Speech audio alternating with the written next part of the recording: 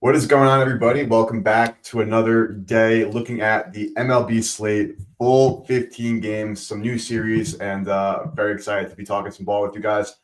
Like every Friday, I am with my good friend at Kyle Just Bets on Twitter, and of course, we're using Props.Cash. Shout out to Props.Cash for sponsoring the show and for being one of the best player prop research tools on the market. Kyle, what's going on? How are you? Doing good, man. It's Friday, so I can't complain too much. Been a long week. It's been a little hectic, but we're here. We made it. We're alive. We got some baseball on today. Got a nice full weekend slate. NBA Finals is going to a game 7, so that's exciting too. Can't I? I have some thought in my mind that maybe Adam Silver maybe push the button to make this go to a game 7 somehow. Two small market teams. They need the viewership. But it's been exciting to say the least. So I can't complain. Absolutely. It would be fun if that game at least was, a little bit competitive down the line to make it like a fun series extender. But I guess game 7's for all the marbles. So as a sports fan, I've been pretty vocal just as like a not loving NBA kind of guy. Like I haven't really been tuning in, but game 7, any sport, I'm definitely tuning into that one. So that's Sunday night. It's something to look forward to. Yeah, Adam Silver got you on the hook if you're definitely tuning in. That was his game plan. Yeah, he did what he had to do. He's been doing it for last couple of months, pulling some strings, making some crazy things go down. So, of course, he's got one more trick up his sleeve. You couldn't have saw that coming from a mile away, honestly, in retrospect. 100%. All right, guys, we're going to start talking some MLB. Of course, we got a full slate starting with the game in Wrigley. Nothing better than that 2 p.m. Friday afternoon games at Wrigley. Always a fun way to kick off the slate. Let's go over some pitchers. So the way that we're going to do this, just like last week, is Kyle and I are going to be talking about some of our favorite looks, break down the slate. I have the chat open on Twitter, so if you guys have any questions, please feel free to drop them. And if you have a game you want us to talk about, or an angle, a player, etc., we'll dive into that as well. But we got Matthew Boyd, George Kirby on the bump. Kyle, did you take a look at this one just quite yet, or have some initial thoughts, even just like holistically on these two pitchers? And of course, we'll dive into some stats here and maybe find an angle that we like just by talking through it. Yeah, I mean, this is an interesting game. I know this game's back at Wrigley. I believe the wind's going to be blowing out pretty high. So some balls might be flying here. I know Matthew Boyd kind of opened up the day. His 5.5 Ks was actually juiced over, and now I think it's kind of flip flopped where it's juiced under. I think a lot of people probably hammered that under just based on what he's been doing lately. He had a game with 0 Ks and then a game I think with 3 Ks before that. So this is a tough one. I'm interested to see how it's going to play out. George Kirby's obviously back. He's been pretty nail since returning from injury. It'll be interesting to see how he handles an offense like the Cubs. So I was looking at some of these lines. They're all over the place, man. Like Kirby, his strikeout line is like 4.5, but it's like minus 165. Minus 155. But then his hits allowed are like up there too. His earned runs are up there. So they're thinking he's going to get dinged up, but maybe squeak out a few Ks. Tough one to cap for sure. Definitely, because this is a thing about Kirby. He is somebody who does not walk anybody. If you're familiar with that, we did have a game the other day where he was missing the zone quite a bit. Yeah, against Cleveland, 3 walks, which for most pitchers, especially how pitchers pitch these days, is not crazy. But for George Kirby, even seeing this two walk game earlier this year, and then now that 3 walk game is it's a lot of walks for Kirby, as you can see by this line. Like, yes, it's juiced to the over, but we're talking about 1 4-ball count. And the Cubs are one of the best teams in terms of they have some players with some really high walk rates. You have Ian Happ at the top of the lineup. Kyle Tucker perennially in his career has been somebody who gets on base a ton via the walk.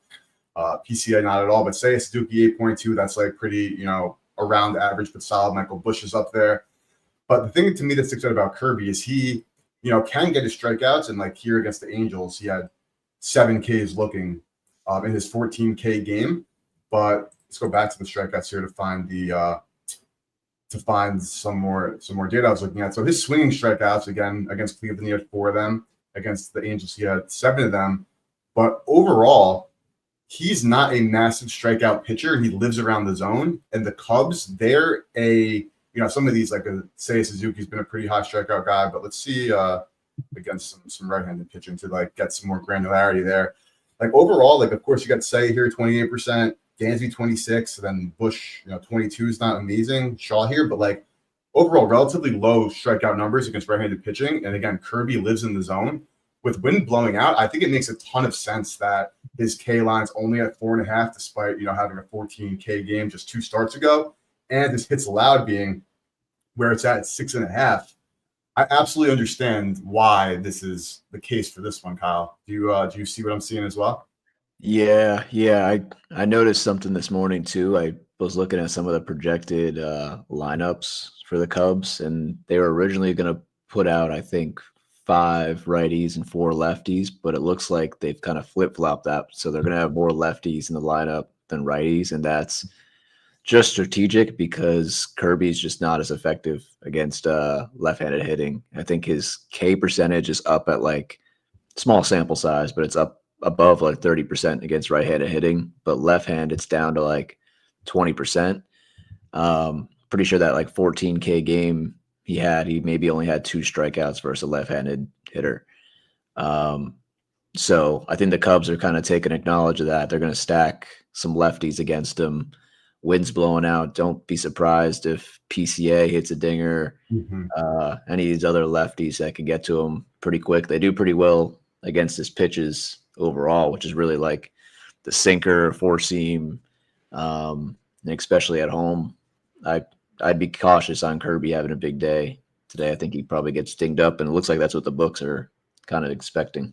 Absolutely. And you add in, like you mentioned earlier, and like we're seeing with Props.Cash's weather report here, is we're looking at a very high rate of wind. And Kirby again, like never was like a massive K guy. Like that 14K game against the Angels, I think, has more to do with LA's offense than anything. But it's 29% K rate on the heater, 34.3% on some of the off-speed stuff that he throws or the breaking stuff that he throws. But I want to just quickly like peruse through some of these home run odds because, like you mentioned, it is a good matchup with the wind going on. And like right now, I got Kyle Tucker, best price in market, 3-1. Compare that to like FanDuel plus 290. That's never something you love to see on a home run bet, but in Wrigley with the wind, that's up there. Even Julio on this side, plus 350. Any expected value there? None. The market's basically in the same boat there.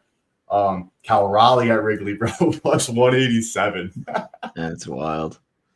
I'm not shocked about that at all. Let's see if I want to see how many he has against left-handed pitchers this season, just out of curiosity here. So, okay, this year he hasn't really been crushing the lefties for his home runs. Most of his, what did you have, 27 on the year? 8 of them have come against left-handed pitching, which is just, is Cal's a switch hitter? Yes, he is. I knew that. It's still interesting, like Matt Boyd going, like still 8 of his 27. Of course, he sees the right-handers better, but like his spray chart, he's spraying all over the field, and with the wind again blowing out in literally all directions. Kyle, talk to me. Would you ever be throwing a? Oh, we're looking at hits there. That's my bad. Would you ever be throwing a like a plus 235? Like, is that something you're ever targeting? I know you're generally more of a pitcher guy in the first place, but like, that's it makes sense with how many home runs he has, but that's really low, right?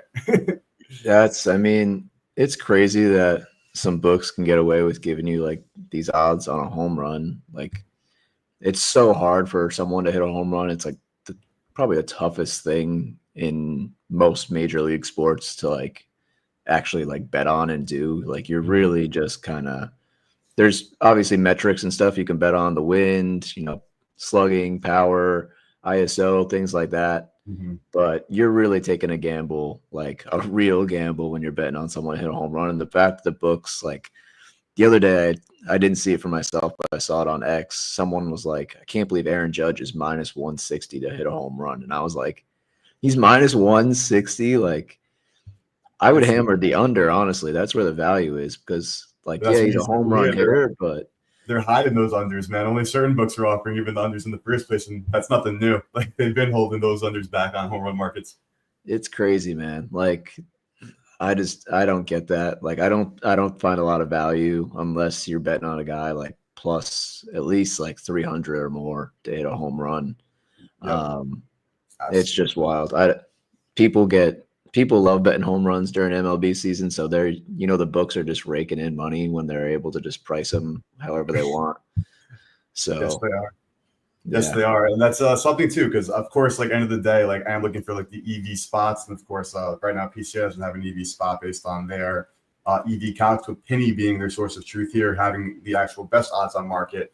But like as an EV better, of course, you're going to be losing some bets. Any gambler, you should be prepared to lose some bets. But like you were talking about earlier, like home runs are so volatile with the variance, and something that I just want to give some game to everybody watching right now quickly. Like as much as you want to take a look at the metrics, like pitch mix and like how players do against that.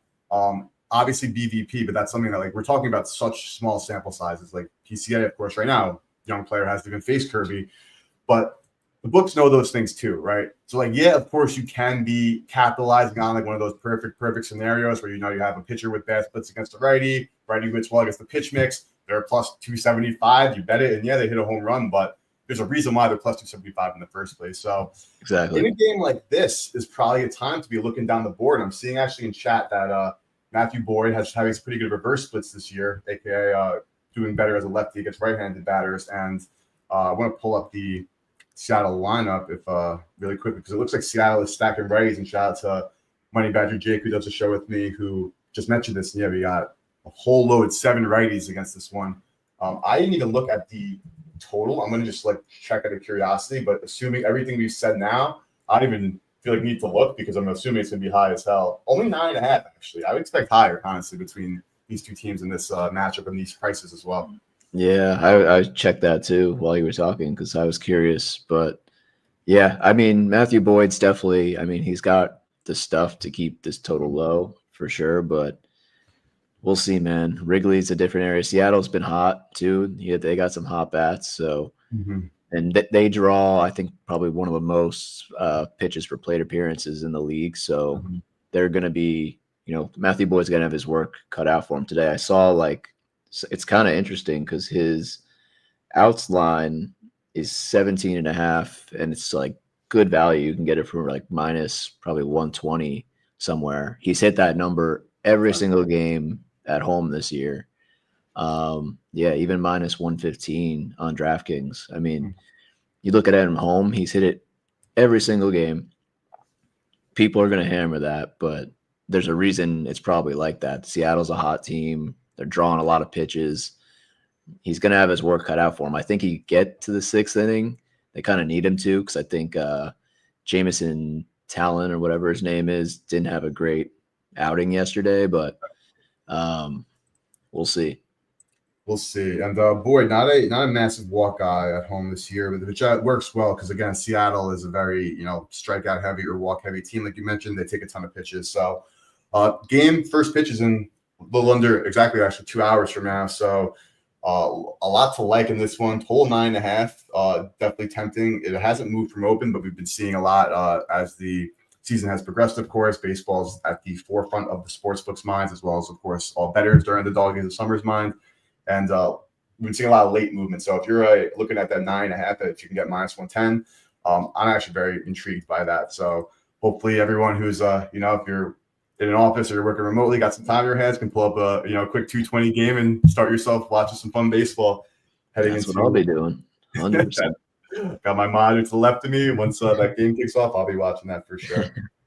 Let's keep going down the board here. So I haven't been looking at a ton of matchups here. We got DeGrom going against the Pirates. I mean, we spoke about DeGrom ad nauseum last week. Game against the White Sox. Ended up going under that line, but didn't pitch to. Actually, the White Sox ended up, I think, winning that first 5 in that game, though dropping that. Yep. Mike Burrows. I don't have a ton of thoughts on this one personally. If we can move on to the next one, unless you have any commentary you have on this one. No, I mean, it'll be an interesting matchup for sure. I mean, Mike Burrows in that game, I'm kind of intrigued to see how he does because he was pretty nasty in the minors, and he's come up and he's done pretty well for himself over, his few starts that he's had. And now, I mean, Texas, they've gotten a little bit better in terms of batting over the last few weeks probably. But this is still a team he could get some strikeouts on. So to see a 4.5 line there for him, kind of intrigued. Obviously, Pirates played a doubleheader yesterday, so they might give him some leeway in terms of how long he goes out there. Might see some extra pitches. I'm kind of intrigued by it, but we'll see. No, it's a good point. It's a very good point to mention because the doubleheader is like that, like you just mentioned, puts teams in positions where they have to really try to get as much as their starters out there. So in a situation where Burrows maybe is in a little bit of trouble, they don't have those relievers to get into high leverage situations and kind of bail him out. They're going to probably ask him to do it himself. Yeah, they got lucky because they had Skeens on the mound Yeah. in game 2 yesterday, and I think he went pretty deep in that one. They had him throw 105 pitches. I mean, a young spud like Skeens, I know they've been protecting pitchers all over the MLB for the last couple of years now, but it was nice to see that. One, for like the team perspective, of course, Pittsburgh's going nowhere, but they put their best player in to win and also to save their bullpen. So overall, I think general positive. But again, good point there. The leash could be longer, so definitely worth a look. And Pittsburgh, I mean, they've been like a strikeout factory. They did a good job against Scoobs yesterday in terms of working his pitch count at the very least. Obviously, Scoobs still, once the Tigers had like a 5-1 lead or 5-0 lead yesterday, you knew that game was over by like the third inning. But this could be a sneaky back to DeGrom spot. I know he's been looking at his 2025. The numbers haven't been there from the strikeout percentage metrics, but like we talked about again last week, the spin is not like it's dipped off a cliff. Like he's still playing consistent, aka his stuff is there. Seeing even money here on Fanatics and MGM for a 7 Ks for DeGrom, looking at this projected lineup at this point, pretty good amount of red there. The Reds actually the opposite. It's good for the way Props.cash is presented is showing that it's good for DeGrom, and you're looking at the strikeout market. Click the wrong buttons there. Let me get back to that quickly. But I actually think this could be a DeGrom like get back spot. I mean, I think a lot of people, like generally speaking, are going to be a little bit like, okay, like DeGrom's can't even hit it against the White Sox. He's been down on his Ks overall, but like we talked about last week, only 0 against Tor. 0 is always interesting, but Tor is a pretty high contact team. The Cardinals overall pretty high contact team. So I actually might need to. I'm thinking about this one. I'm not gonna lie, I'm playing this, especially considering FanDuel sitting at 113 here, and you have like a BetMGM or Fanatics at even money. I'm intrigued by the DeGrom case today. Yeah, I'm so like back and forth. It's DeGrom, it's the Pirates. Like you hear that any other day of the week, and you're like, DeGrom's probably gonna like go off against this team. But what's kind of interesting are the Pirates have been pretty decent as of late. I'm just looking now over the last 30 days at home. They have the second best batting average against right-handed pitching. And I think their K percentage, they're 17th in K percentage. So they've actually been pretty decent at home. DeGrom's definitely better on the road, I believe. Yeah, he's gone over 3 straight games on the road. So he's got the upside there. It'll be interesting to see. There's definitely some targets, I think, in the lineup he can get to, but it's all going to be about how do the Pirates perform. So might be one I stay away from entirely. 6.5 is always kind of a high line, I think, for any decent pitcher, but I see why the books are kind of giving you like even money on both sides because you're really kind of getting a neutral matchup. You're getting a hot team at home against a dominant pitcher. It wouldn't be surprised if he ends on 6, to be honest. Absolutely. Prop.cash projecting just 5.53. So seeing clear value to the under, especially at like a minus 113, which, is the kind of the standard juice for like a player prop as they, the books obviously juice that a little bit more than like a standard line would be like minus 110, for a PK quote unquote. I will make a decision here, but as it stands, I think I'm going to be that guy and ride my DeGrom over and go from there. But yeah, listen, man, as a Mets fan, I love Jacob DeGrom. I'm sad that he's not with us anymore. R.I.P. But man, he's a machine, and he's been good when he's been good. So it's super hard to fade him. Like I don't think I could ever take a Jacob DeGrom under. Like I would just be ashamed of myself if I did that. So I think I either just got to stay away or I got to take the over. Gotcha. I'm gonna wait a little bit to see some confirmed, dive in some more stats here on props.cash and make sure that I'm locking it in properly. I know I'd be fading their projection if I go over there, but part of me is thinking I might be interested in that. But let's keep on moving here. Detroit, Tampa Bay. Now this is a game that's always going to be, at least in my opinion, is like very intriguing. I think I talked about it last week, but if I'm new here, I'm a big TB fan just this year because I have futures on them. I expect them to be good, and right now they're doing their best at showing that I was right. Of course, there's a ton of season left; things can crumble, etc. Tigers, of course, have been one of the best teams in baseball this year, led by Scooble, led by Flaherty and this pitching staff. This outs line, already looking at this, 17.5, has not been cruising past that this year. Detroit, of course, coming off a doubleheader against the Pirates, who we just spoke about yesterday. So that same principle could certainly apply with giving Flaherty a leash. But the Rays, stinker against Charlie Morton yesterday, but 2 games ago came back down 8-0. From the I think it's been almost a full month at this point. The Rays have been one of the best offenses in baseball so far. Are you looking to back Flaherty here? Have you dove into this one? Because the way that it stands now with the Shane Baz, Jack Flaherty matchup in Tampa, I kind of like this over at 8.5. Yeah, I don't hate it either. I mean, Flaherty had that blow up last game where he was kind of cruising and then he just got destroyed. I think that was the Reds he played. And it's kind of like a similar matchup here against a really hot team, especially against right-handed pitching. We all know the Rays, like you just said, they came back down from 8-0. They're just on fire right now. I think it's one of those things where Flaherty, who hasn't been that great on the road at all, he's like a home merchant for sure, but on the road he struggles.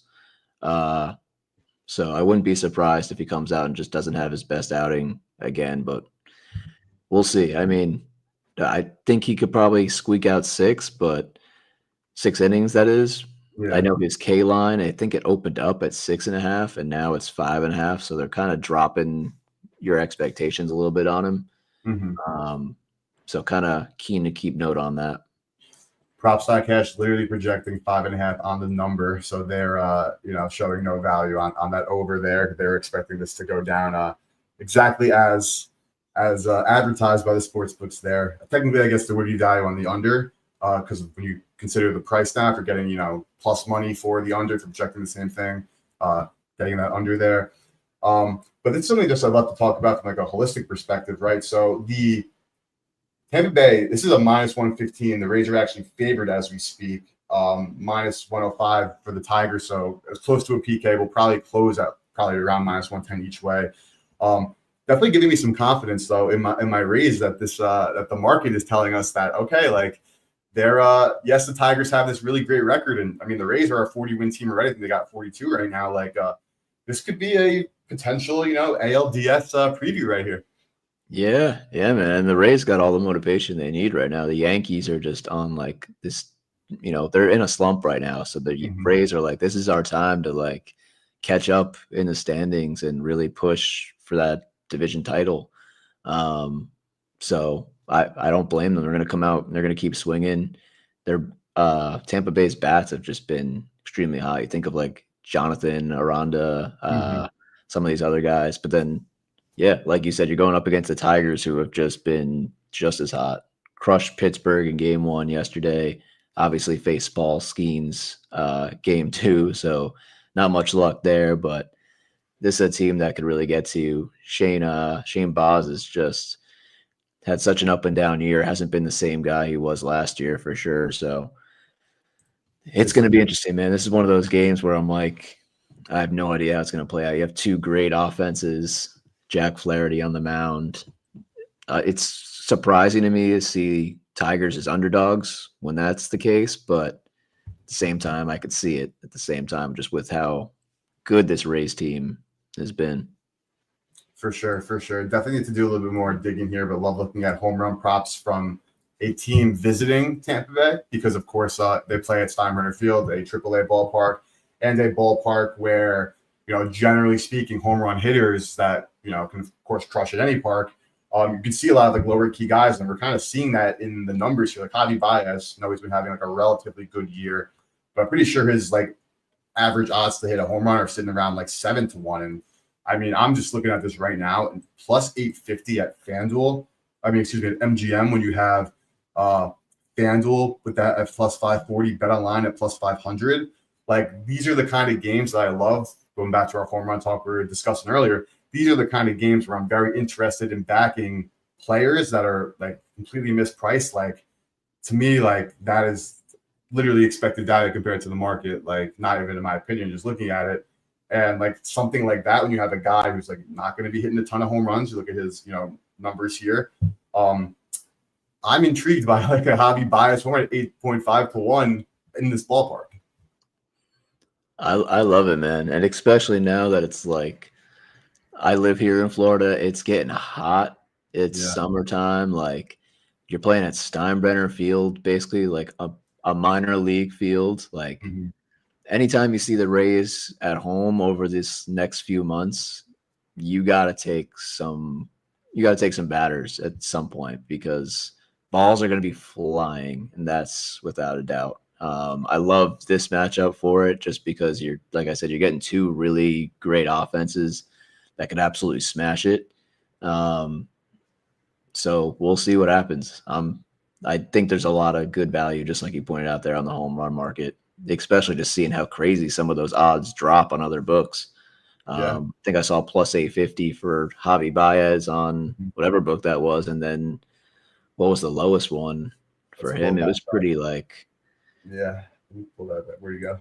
Javi is as high as 8.5-1 MGM, as low as 5-1 at Caesars. So yeah, it's a massive It's a difference. crazy drop. Yeah. And also something too, like this is game one of the series. You notice these massive drops from game ones to game twos, which is why I love to get in on them on game ones as well. Because say Javi does go yard today, you're never seeing an 8.5-1. The highest odds tomorrow are going to be 5-1. Yep. 100%. Even like matchup differences as well. We know that the Rays do have a great bullpen. So, it's a situation where like when I'm looking at matchups like this, like I'm focusing less on things like BVP or even like how they've been performing against like splits, like direct splits, lefty, righty, depending on who's starting pitching. Because if you're getting to somebody and you're getting deep into a game, like it's very important to be looking at players in like this ballpark as well as the A's ballpark, where you let up a ton of fly balls, and of course any ballpark in the MLB that does have short porches or is a hitter-friendly park. You're looking for guys that hit fly balls, because when you hit a ball at the end of the bat in at a bigger ballpark, like if say you were in Detroit, like it's gonna be a fly out. But you hit ball off the end of the bat here, like you might luck yourself into a home run, especially with the weather you're talking about here in Florida. Yeah, that's a great point.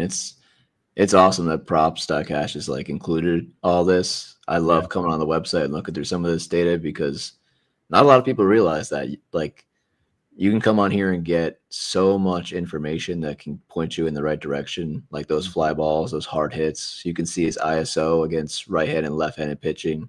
Yep. I mean, there's a lot of people that spend a lot of time diving through different sites trying to find the perfect formula. But it's all right here. So it's awesome to see. Just as you're like scrolling through it, I'm like, man, I kind of want to take Javi Baez for a home run today. It's looking nice. It is looking nice. And that's very well said. And if you guys want to try props.cash, promo code BetSmart, 30% off your first month of props.cash. Of course, we have the dog of the summer. You're going to be betting home runs, you're going to be betting strikeouts, you're going to be betting baseball and WNBA leading up to football, who we got a little teaser right there, NFL season. That's coming up very soon, guys. Before we know it, it'll be football season. But very well said. And I like that you did say fly balls, so I was sneakily like keeping my eye out here as I click through hitters, because like you have a guy like a 0.7 fly balls a game. Like, yes, that doesn't sound like a massive number, but of course, when you're getting 4 at bats with so many potential outcomes in baseball, if you're looking for a guy who does put the ball in the air and to target pitchers to allow fly balls, because like we said earlier, like this is the kind of ballpark and the kind of situation where you don't need to be hitting, a perfect moonshot to get one out of here. You cannot have great contact and hit one over like these 330, right down the line to left or right field. So very interesting there. I kind of been leaning toward the over. I definitely like Javi Baez with that pricing, and I'll make sure to kind of lock some more things in there. But Kyle, what do you say we keep moving on? Let's do it. Baltimore, New York, I haven't honestly taken a look at who's pitching. I'll be going to this game tomorrow. I'm excited. But we got Max Fried. Let me pull it up this way. We have Max Fried and Sugano going. We all know the Orioles are in the season of hell right now. Fried has been absolute dealing for the Yankees this season. He pitched against Baltimore earlier this month, and not a good performance from Max Fried. Only 5 innings pitched, 3 strikeouts, 2 walks, 6 hard hit balls, 2 barrels allowed. The thing about the Orioles, man, despite how bad, of course, their record is, so much of it does come to their pitching because, like, their offense, like, while, of course, they're not producing enough runs to win ball games, like, overall, still relatively good isolated powers, still relatively good weighted on base averages, still relatively good batting average on balls in play. They're hitting the baseball, but they're just not getting the overall team efforts between, defense, starting pitching, relief pitching, etc. Do you think we're looking for a situation where the O's, hit Max Fried around again, or do you think this is a Max Fried kind of get right spot, a little bit of revenge here in the Bronx? Tough, man. Like, I've been trying to convince myself all season. I'm like, the Orioles are so unlucky. Like, Yeah, they have a nice squad. It's really their pitching that's like Yep. kind of like done them wrong. Even though they have some arms in there that have like shown up, it's just they've just gotten so unlucky, man. And I feel for them because they have a young squad, young lineup there that's like able to hit. You have Gunnar Henderson, you have Ryan O'Hearn, you have a bunch of other names in there. Adley, Jackson Holiday has been nice. Like, but look at those numbers from Adley, man. Like, they're so bad. It's getting to the point where it's like you were saying earlier, like, we're trying to give this team the benefit of the doubt in certain instances, but like at this point, it's really difficult to. Yeah. So it's tough. I mean, it's one of those seasons where you just got to fade the Orioles all the time right now because they're just not showing up. Looking at Max Fried today, I think he has a better game than he did last time out. I'm just looking at the lineup, like you said. I'm have it up here on my side. I think they got a good amount of lefties in there today. 1, 2, 3, 4, maybe 5. Maybe is it 5 or 6? Maybe 6. No, they got 4 because these switch hitters are going to be batting righty. So 1, 2, 3. I'm seeing. Well, these are unconfirmed lineups. They haven't. It's too early to get those dropped, but I'm seeing projected for 4 true lefties against Fried, who is a left-handed pitcher, of course. Yeah, I know he does pretty well. I think against. Have it up here. He's got better splits one way or the other. Definitely better against lefties in terms of Ks. So could be an opportunity there. I know his line's 6.5. I think it's kind of high, given that the Orioles have been a little bit better lately, but still we've seen guys get a ton of Ks on them lately. Lefties have crushed them basically all year. Yeah. So some poor numbers. There's like the left-handed pitching for the Orioles in the strikeout department overall. Prop.cash projecting just 6 for Fried. So seeing that the under there. Let's go back to the market and some lines here. We have big juice over to the under realistically, but where's FanDuel at? FanDuel does not even have anything posted for this number just yet for Fried.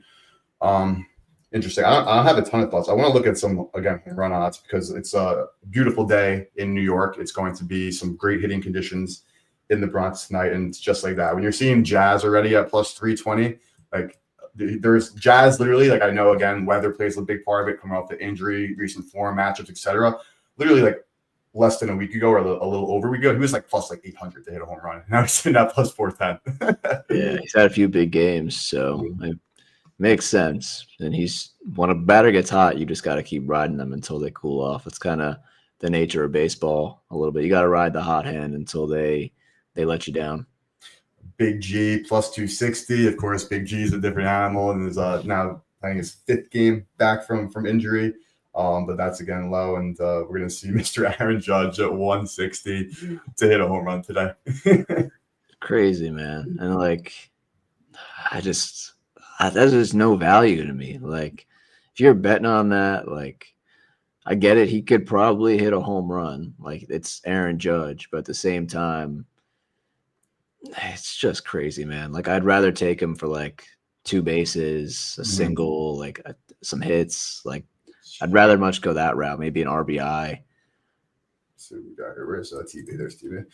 Minus 130, which for Judge is not too shabby there. FanDuel hang at the 160, but they're always like very off market because they don't offer the under, and that's something just some game for everybody. So in the home run markets or in any situation where there is a one-way market, meaning a book is only offering one side, in this case, perfect example, total bases for Aaron Judge only offering the minus 160. Like, yeah, you have like sleepers, a DFS, so that doesn't really equate flip sweepstakes, but like Pinnacle, a good example, minus 141 plus 106 onto the under. So like you can't really juice it up to 160 because they're going to be offering an under unless you juice both sides and just literally give terrible bets on both sides where, you know, good bettors who are looking at value, which every sports bettor should be doing, you're not going to touch that line because there's no value on the over, there's no value on the under. But when you're doing it like FanDuel does, or like a lot of these books do on the home run markets, and you only offer this one-way line, that's why they're able to give themselves the leeway, because they know, especially during these dog days of summer, that the recreational bettor who bets for fun, you know, betting their $5 dinger parlays or taking just their home runs, like they're not as price sensitive and they can get away with, you know, being 25 cents off market because they know people are going to bet it anyway, and they have no liability to the no. So that's just some good food for thought for everybody. I know when you're cooking your SGPs or however you want to be going about your betting, like, you know, you think of the Judge, you probably just add it. You're like, all right, it's 160. I'm parlaying it anyway. What's the difference? The difference is that they're telling you that because we're not allowing you to bet the no, we are purposely inflating the line on the yes because we have no liability the other way. Yeah. So just some food for thought for everybody. Yeah, it's super interesting. I've seen that quite a few times. Obviously, the home run market's huge for that, just because it's such a volatile market. It was funny. I saw that last night. I was watching the NBA Finals, and for some reason on Hard Rock Bet, you couldn't bet the under on Tyrese Halliburton threes, which I think was obviously because didn't know how many minutes he was going to play. He might have just come in for the first and maybe realized his calf was hurting him too much. But it was just like interesting. I'm like, he was the one guy at it. You know, they offer the under on threes for everyone else, but Halliburton, no show. And I was like, I see what you guys are doing. I see it, but just interesting to see books do that. You gotta play around, shop around, especially when you're betting markets like this where you're seeing odds kind of all over the place. FanDuel hanging minus 160 for Aaron Judge is just wild, man. Yeah, and then again, no liability to the under. And I think DraftKings has been a culprit lately because they were getting some credit in at least prior years. I knew for a fact they would offer unders on a lot of these markets. And then I'm sure they got hit and then said, screw you, we're just going to offer a worse product, honestly, and not offer unders. Not that sweating under a home run is probably one of the worst sweats ever. I personally don't bet a ton of them, so I can't speak from experience, but just thinking about how it goes, like every at bat, you're just on pure hater watch. Especially with some like crazy juiced odds. So it's, again, probably not the most fun thing in the world to do, but just so again, playing some game here, hitting conditions again. I'm telling you from New York, it's beautiful out, and props that guy is telling you the same thing. Looking at some wind blowing out, looking at some very nice weather. So seeing those odds dictating that as well. But let's keep chugging along here. I'm going to go back to strikeouts here, and again, if there's any. I haven't looked a ton at this, like Spencer Turnbull, Davis Martin. I personally have no opinion on a CWS tour game, but if you've any thoughts, Kyle, have you looked at this at all? No. There's a few games like this on the slate today. I want to say it's like the Marlins. What's the other one? Marlins, Atlanta. Phillies, maybe. Marlins, Atlanta. They just finished the series. I don't even Jansen Junkin. I'm not even going to try to pronounce that pitcher's name on the Braves. I'm not going to lie. Yeah, there's a few of those games today where it's just like, who are these guys? Like, we're getting to that part of the season where like pitchers are really like working up their pitch counts. Like you're kind of almost at the All-Star break. Like you're seeing some guys get a few extra days rest here and there. You're seeing teams pull from AAA, like some guys are getting called up just because they need like the extra length, injuries, whatever it might be. So tricky part of the year. These are the games that I'm like, I'll keep a close eye on because I want to see how these guys come up and perform. We've seen it quite a few times this year. Someone gets called up from the minors and they just shove in their first game. So I'm interested to see how these guys perform today. I know like a team like the Braves, who are definitely worse on the road, coming into Miami, like there might be some value there on Junk, but again, he's kind of facing a different scene here right now. Definitely. In Miami, they can rake at home at times. Definitely a frustrating team to watch as well. But I will preface what you're saying, like in situations where you are either like tapped in with minor league prospects, or maybe is your favorite team and you know of a guy and like you are under the impression that they're actually like very good and like underrated and they're coming up for their first start. Like, yeah, and you can definitely find like there are times where like betting on Dieter Fuentes like could be like one of the best bets you make all season long on whether the over or the under based on like what you know. And of course, like I want to make clear, like when we're talking earlier, like BVP and like how they do against certain like pitch mixes, et cetera, like that's information that the sports books know and are probably accurately priced in already at that point. But when you talk about some AAA, like yeah, they have the same Fangraphs information you have, but say you do really know something, like this could be a situation where like you can be making an absolutely fantastic bet on somebody who is coming up for their first time and is playing, whether it be they're not a big walk person, or I could like literally like I last year I'll think about Jack Leiter coming up, struggled with walks in his minor league career his entire time, makes his first start against a pretty walk heavy team. You see the 2.5, it was like plus money. He walked like 5 guys. Like obviously that's just a hindsight one example, but the moral of the story is, which is true, these situations can provide a lot of opportunity, absolutely. But you got to know what you're talking about. I personally have not watched any Dieter Fuentes film or have any knowledge there, so I'm staying away. But if somebody does, let us know, because if you're looking at a great bet here, I'll take it. Yeah, it could always be one of those games where like you'll see Dieter Fuentes get 7 Ks and you'll never be able to bet on his 4.5 again. Like Yeah. until he falls off a cliff, like next game he'll be 5.5, 6.5. And you'd be like, damn, I missed it. Like everyone made a ton of money on him betting over 4.5 because he finished with 8 Ks. It's crazy. Like same thing kind of happened the other night. I was so upset I didn't bet it. Not the Braves, the Dodgers called up Emmett Sheehan, who had obviously pitched in the majors before, left with Tommy John. But I looked at some of his minor league numbers, and he was throwing very minimal innings, like 3 to 4 innings, but he was just racking up Ks. And I was like, this is insane. Like they're calling him up, and he's just been a demon. He was playing against the Padres. His line was 3.5, and I was like Padres are a tough team to strike out. Like, I don't know. I was looking at his like 6+, 7+. It was like plus 300, plus 500. And I was like, I'm just not going to touch it. And then, of course, I looked in the morning when I woke up. He finished with 6 Ks. And I was like, damn it. Like, I knew it. This dude shoves. But they optioned him back down to AAA. So next time he gets called up, let's see if the books will be lacking there. And then I guess this is another good point as well. Like, not saying to blindly bet this like plus 102 here, but if you do have a situation like that with a Sheehan or maybe somebody look for some plus money spots, because you're going to be providing some value there. But at the same time, absolutely not saying auto bet like an over just because they're a new player. For all we know, this guy's going to come out and literally throw up a goose egg. So not saying what I am saying is when there's so much uncertainty, look for some plus money either way.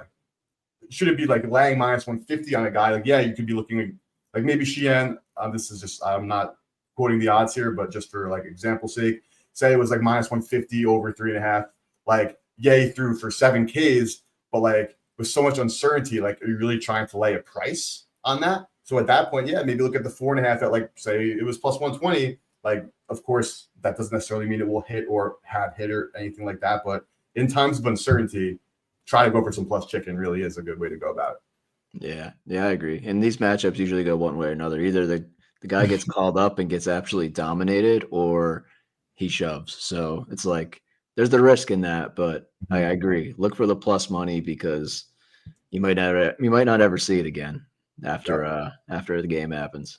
Absolutely. Let's keep rolling. Any thoughts on your ex-boy Zach Wheeler facing your boys tonight? Blake Tidwell on the bump here. Any thoughts on this one with Philly coming off a 2-1 win against the Marlins in Miami and the Mets getting swept in the A? Yeah, I mean, Mets are just – it's crazy because they just got swept by Atlanta, like you said, and now they're going right up against the Phillies. So back-to-back divisional games here. this is where they like really need to win games, and they're not getting the easy pitching matchups to do it. They just face Chris Sale. Now they're facing Zach Wheeler. They've been whiffing a lot more lately. So Zach Wheeler comes in this one. It's dominated the Mets, as you're showing right now. Like, I don't know how you don't take a Zach Wheeler over in this spot. I know Mets all year have been a tougher team to strike out, but you just look at recent data. You look at how Chris Sale just crushed him. Spencer Swellenbach crushed him the day before.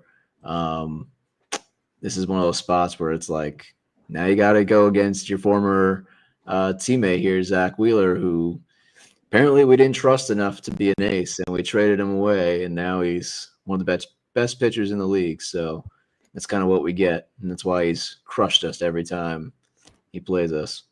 Yeah, massive discrepancy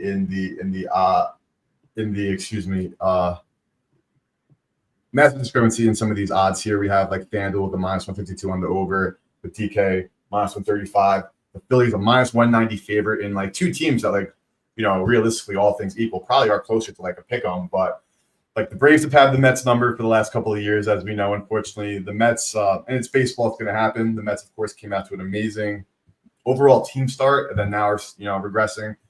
It's June 20th, so no need to sound the alarms or have anything going crazy there. But this is a very low key, or honestly probably not low key, playing the Braves and the Phillies back-to-back series. That's pretty high key, even though it's June 20th. Like I said, like two big series, and so far not so good for your boys. Yeah, no, it's rough, man. And that was the first series against the Braves this year, which is kind of surprising. Like, it's the first time they saw them, and to get swept is just like, man. Like, I remember when the Braves started out the year like 0-8 or something like that, and I was like, this is the best thing that's ever happened as a Mets fan, because the Braves crush us every year, and then they started off losing like their first 8 or 9 games, whatever it was, and I was seeing the ESPN stats come up. They're like, no team has ever made the playoffs after starting like 0-8, 0-9. And I'm like, let's go. Like, we got the division locked up. And now here we are. We just got swept by them. Now we're going up against Zach Wheeler and the Phillies. The window's getting tighter. So we got to make up some ground here. We have Blade Tidwell on the mound, which we'll see how that goes. He's been decent, I think, in what he's done in the minors so far. He's been called up just that once. But we're just dealing with some pitching injuries. Bats haven't really shown up. Obviously, Juan Soto hasn't been anything spectacular that we thought he would be. Lindor's kind of regressed a little bit. Pete Alonso basically strikes out every at bat. So this is summer baseball for the Mets, and I don't blame anyone for fading them at this point. Team's going to have their lull at some point, and I say their lull, there's going to be multiple lulls over the course of a 162 stretch. Looks like the Mets are in the midst of one. Never good to be dropping them directly to the division foes, because if you'll say you're losing to, the Rangers and then like the Mariners, like, yeah, maybe the Phillies could drop a couple of games, doesn't kill you. The Braves lose one, but when you lose directly to the division rivals, even in June, especially now with when 2 years or 3 years back when they made there be fewer interdivision games so you could play every team, these games, again, even though it's June 20th, are pretty significant. Yeah, that's how last season played out. The end of last year, it came down to kind of that tiebreaker between the Mets and Braves, and we got the good end of it. But losing a 3-game series to them like that is brutal. Like, they'll have some ground to make up when it comes towards October. Especially how they blew that one strike away, bottom 8, that opener. Oh, I know. That was a tough one. Let's keep chugging. We got Palente and Brady Singer here. I'm happy personally to see Brady Singer come back down to earth after his pretty solid start, just because I've been a Brady Singer hater for the last couple of years, just because, no disrespect to him, like relatively highly touted guy. I just saw his stuff and was like, I don't see it. And I was proved pretty right so far, but coming to this year, I probably faded his Ks in like probably all these games and didn't have a great showing. But seeing him come back to the earth of the Brady Singer that I expected of him back in KC. St. Louis, of course, they could hit the ball pretty solidly, and they are coming off a pretty big couple of wins where they're pouring on a ton of runs, albeit against the White Sox. The Reds are one of the most frustrating teams. Games where you think that they should be like putting up 10 spots or putting up 2 spots, and games you think they should put up 2 spots and put up 10 spots. Do you have any thoughts on this one holistically here? Have you looked at this one? I personally don't have like a ton on these guys, except me. Again, I was kind of hoping Brady would be at like a 4.5, and I would definitely look to the under. Considering tough matchup, the numbers here are telling us everything that we need to know. I missed the boat on the back to the fading after, fading early in the season personally. But any thoughts on this one here? Yeah, dude, you took the words like right out of my mouth. I woke up this morning, and when I saw Brady Singer on the mound, I was like, I cannot wait to take his under 4.5 strikeouts, because every week the books have been offering 4.5 Ks for him, and I'm like, why are they doing this? He's not gonna get 5 strikeouts in any of these matchups he's going up against. When I saw 3.5 this morning when I woke up, I was like, damn it, they adjusted it. They got onto it. So it's one of those ones. Obviously, like the Reds, they either like ding up right-handed pitching or they swing and miss a ton. We've seen them lately just absolutely crush it. I think they're a little better at home, but I would still fade Singer in this matchup. He just hasn't lived up to any of the expectations. I'm talking, obviously Singer's on the Reds. I'm talking about the Reds. Mm-hmm. But he's going against the Cardinals. Cardinals, like you said, have obviously been hot too. And that's a tough team to strike out, to go up against just in general. So I don't hate fading Brady Singer. 3.5 is a little low for my liking. Obviously, he's finished at 4 quite a few times. So one of those matchups where like it would be a brutal miss if he got 4 Ks and he took the under. But I wouldn't be surprised to see him get hit up here. On the other side, Palante, he's been like so up and down, like had 7 Ks last week, which was wild. I mean, I think he's been a good spot starter for the Cardinals there. So we'll see how that Reds team shows up. They can, like I was saying, they can ding up right-handed pitching pretty easy. I think that Twins game they played yesterday, I think they played the Twins yesterday, the Reds. Yes. Runs were just like going back and forth every inning because you had 2 like absolutely terrible pitchers on the mound. And now you're kind of getting somewhat of a similar matchup again, where both teams are kind of going to be expecting a little more, I think, from their pitching, but you're just getting offenses that are red hot in the middle of summer. So hard from a pitching side. Interesting wind here. Looking back, a little left, right to left. Hot. Always important here. The ball could be flying hot in St. Louis tonight. So 2 guys like Palante is a ground ball pitcher. I think Singer is as well. I don't have those numbers in front of me, but I know Palante makes his bones as allowing ground balls, which is always a good thing of the pitcher. Definitely better to have them on the ground than in the air. Leads to some more damage there. Yep. The wind is pretty high mile per hour wise, and again, very, very hot day out there. The Reds, like, they let up a bunch of runs yesterday. That was a 12-5 matchup. They had the game that they played against the Twins 2 days ago. That was canceled after 6 innings, so got them to save some pitching at least. So maybe there'll be a short lease for Mr. Singer there. And the Cardinals put up that doubleheader yesterday where they did go 10 innings. So total in this one, let's see, I just out of curiosity, is 9. So juice to the under.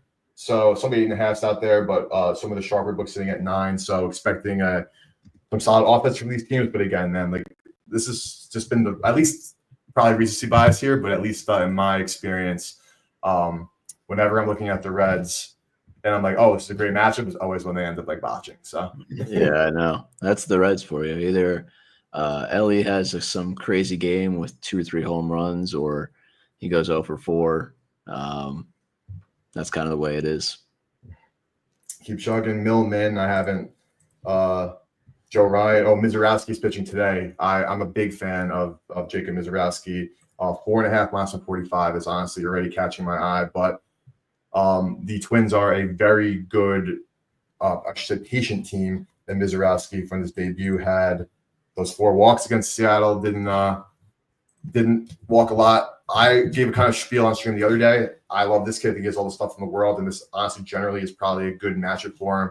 The minus 190 on Ks, walks, normally not something I would look at, but maybe if I'm parlaying, I actually think that may be a great look, even though it is, not the most fun thing to lay 1.9 units to win one, but I'm here. Do you have any quick thoughts here, or do you want to go to another game that you have more opinion on? No, yeah, I'm with you on this game. I like this guy a lot. When he came up, whatever that was last week, I was also looking at some of his minor league stats, and he just throws heaters. And I know tonight, like once this game starts and I can live bet it, I want to take. You can bet on some books like how fast his next pitch is going to be, Yep. like over or under. His first pitch, I want to bet like with the over, whatever it is, because he's going to come out throwing like 100+ miles an hour for his first few pitches there. Exactly what he did last game. And you get a great matchup to do it against the Twins, who been super strikeout heavy as of late. So I love that. I'm looking forward to that tonight. I think 4.5 Ks is reasonable. Obviously, it's juiced everywhere, but this guy's got the stuff. Going up against Joe Ryan on the other side, who's also kind of like same quality, at least pitcher in terms of like his strikeout stuff. It's going to be a good game, man. I'm curious to see how this one plays out. I kind of lean the under if I got to look, but we'll see. Total is at 8. The Twins are minus 160 favorites at home. High walk rates here, which again is like my not a concern per se, but just like I'm looking at the kid. He throws 98-mile-per-hour fastball on average, and he can get up to like the 102s, 103s. But they'd have those 5 walks, and the Twins are yes K heavy, but also patient at the plate. So Yep, this would be a fun one. But let's go to Houston, LAA. We have Hunter Brown, Yusei Kikuchi on the bump. This right now is sitting at Houston minus 164 on the road in Los Angeles. Total sitting at 8. But you have something you really like here, Kyle. Talk to me about this matchup. Who are you targeting?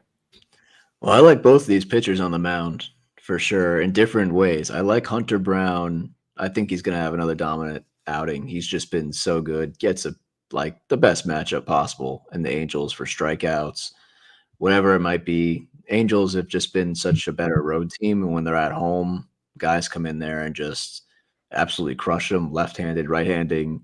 The Angels lead the league in K percentage against both this year, so that tells you all you need to know. Mm-hmm. I really want to take, and I'm taking it. I'm fading Kikuchi tonight because I just don't get what the books are kind of doing with this. I'd be surprised if they don't start adjusting some things here soon. Like you're seeing his Ks juiced under 5.5. I think this is going to be because you'll see the Astros lineup. They're throwing out just straight righties. I think they maybe have like one potential lefty there in the lineup. Maybe Betts left once. Yeah. But Kikuchi's reverse splits against righties and lefties are just pretty drastic. His K percentage is way down against righties, sky high against lefties. So I don't hate this here. He's going against his former team, so that's kind of like the one upside you kind of have to look at. But again, I'm looking in the past. He played obviously for the Blue Jays for a while, Mm-hmm. and he's played against the Astros a ton in his career. He has 2 walks in 10 straight games when he goes up against the Astros. And when he has 2 walks, he doesn't usually make it 6 innings. So they got him actually favored over 17.5 outs tonight, which I'm super shocked by. Probably just because the Astros haven't seen a ton of lefties yet this year. The sample size is super small. But when they have seen them, they've crushed them. So I grabbed the under for plus money at plus 100. I'm seeing it kind of, looks like it's starting to lean that way a little bit. Yep. I got to take that. When he has 2 walks under pretty much every game, at least as of late, I think all 3 at home. And he's walked 2 in 10 straight games against the Astros. So, and he's going up against a righty lineup, and he leads the league in walk percentage against righties this year. So all in all, makes sense. If you could take his 1.5 walks and parlay it with something too, I think you could save some juice on that side because I think there's just going to be a ton of value in that. The walk parlay, Kikuchi, Mizurowski. Oh, that might be nice. I like that. That could be what we're looking at right there. That'll definitely get us over into like probably like the plus 120 range. We're looking at minus 160 and like a minus 160 or a minus 190. That's going to be over even odds at least. So that could definitely be a worthwhile look there. I like that. Yeah, that's solid. Get a little creative. All Yeah, right. but full Kikuchi fade tonight. If he goes 6 innings, I'll tip the cap. I think he's going to get dinged up. See a high, hits allowed, earned runs. Like his earned runs line is 2.5. Yeah. And if you click on his home, maybe, yeah, like he hasn't gone over that line at home, but like the books are still sending him out there. Obviously, it's a little favored under, but 2.5 earned runs, it's not 1.5, which is probably what it should be based on his home data. It's kind of just signaling to me that like the Astros are probably going to get to him and get to him quick. So I don't think he makes it 6 innings, but I'll tip the cap if he does. Yes, sir. We're looking at the fade Yusei Kikuchi at home against the Astros, who are coming off losing in extra innings last night, and then you got Hunter Brown on the other side. And again, Houston is favorited -1. Market average like around -155, -160. So the market in general is thinking of Kikuchi fade from like a price game line perspective, and Kyle just bets, calling it right there. Sure. Yes, sir. Hopefully it is. We'll see. All right, Kyle, you have to hop off. I'm gonna keep going for another like 10, 15, but any parting words for the boys? No, I mean, shout out props.cash for letting us just come on and rip through this a little bit. If you guys aren't on props.cash, get on here. I mean, like I've been saying, everything you could want to bet, like research and bet on, is on here for you to look at, especially MLB, where there's so many factors that go into it. It's not as easy as just like maybe basketball, where you're kind of just looking at 4 or 5 players and how they perform with each other and looking at simple matchups like that. Baseball is a ton of data. It's a huge data pack sport, and props.cash has it all right here for you. Like as soon as you log on, you can get a good sense of who's going to hit a home run, how many innings is a guy going to pitch, what's the matchup look like. So definitely the best player prop research tool out there. Shout out to them. If you guys aren't out there, definitely use the BetSmart code, and let's keep cashing. Absolutely appreciate you, Kyle. Make sure to follow Kyle at Kyle Just Bets on X. We'll be live every Friday for the next couple of weeks talking baseball, and then before we know it, this NFL season is going to be coming in, and we'll have some content for you there. I'm going to keep rocking, but thank you so much, Kyle. I really appreciate you, bro. Yeah, man. I'll see you next week. Yes, sir. All right, fam. Let's. We got a couple more games we're going to talk about. I'm going to get to a couple more games. Again, questions are open in chat. So if there's any game or player that I haven't gotten to discuss yet and you guys want some insight on, I'll pull it up for you. And I want to piggyback on what Kyle was saying about props.cash. But first things first, of course, you have all this data that would take you 4 different sites that you're looking at to make sure that you're finding all the information you want. That's step 1. Then step 2 is they have odds from the sports books you can line shop. They have alternate lines. Outs is not one, but I'll pull up case. You can look at other lines that are on the same market, as well as the hit rate already for you. So you don't even have to of course, that data is right here. You don't have to look at that. They have it all lined out for you here, as long with the odds. More data that, again, is all in one view. Historical lines, which is a massive piece of information here. We haven't been talking about it a ton, but this is something to look at, because you could see like the lines for left-handed pitching against Houston. And what Kyle mentioned earlier is that they haven't faced a lot of lefties. Like, I didn't really recognize that until I looked down here. Like, only 40 at bats for Jeremy Pena, everyday shortstop, who is a very high lefty killer batting average wise, again, small sample, but over the course of his career, is a very good hitter against left-handed pitching. Only 4 PAs. I mean, nothing you can do about it from the Astros perspective. You can only face who the other team throws at you. But this is I'm actually going to dive into this just a little bit more detail here. Like, last 20 games, only 2 freaking matchups against left-handed pitching. That's like, again, nothing that they can do there for left-handed starters. But the reason why this is important here is because you get to see some more pertinent data, not just about how they do against the side of the pitcher where he throws it from. But the reason why this is important is because pitchers, of course, are not apples to oranges. I don't know exactly Logan Allen and JP Sears like pitch mixes up front, so don't quote me on these. We're going to talk about it for example's sake. Say JP Sears is a 50% fastball, 50% curveball pitcher, and Logan Allen is a 50% changeup, 50% slider pitcher. Those 2 pitchers are not exactly going to be the same, but what you can see is based on who is pitching, if you know what their pitch mixes are, you see what the line is, and you see what the payout was for the under, which was the result of these games. You see the average line, you see the hit rate, and you see what they were over the last 20 games. Again, that is important because, say, you see Kikuchi, who's not a huge strikeout guy, but then you're going against Tariq Skubal the next game. Like, if you're only seeing like a 4.5 for Skubal, again, this is all examples, so you're never going to be seeing a 4.5 for Skubal, but now you have more context, and that is really important.